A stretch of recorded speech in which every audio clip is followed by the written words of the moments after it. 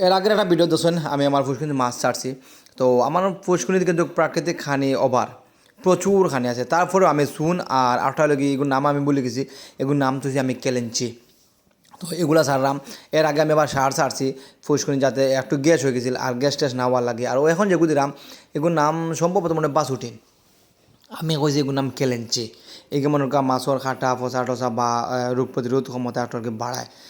তো আরেকটা বিষয় হলো গিয়া, আপনারা কিন্তু মাস্ক ব্যবহার করবা, প্লাস একটু সতর্কতা অবলম্বন করবা। শুন কিন্তু যে সময় ওলা উতরাইলে কিন্তু অনেক জায়গা ছিটায়, এগুলা একটু কেয়ারফুলভাবে করবা।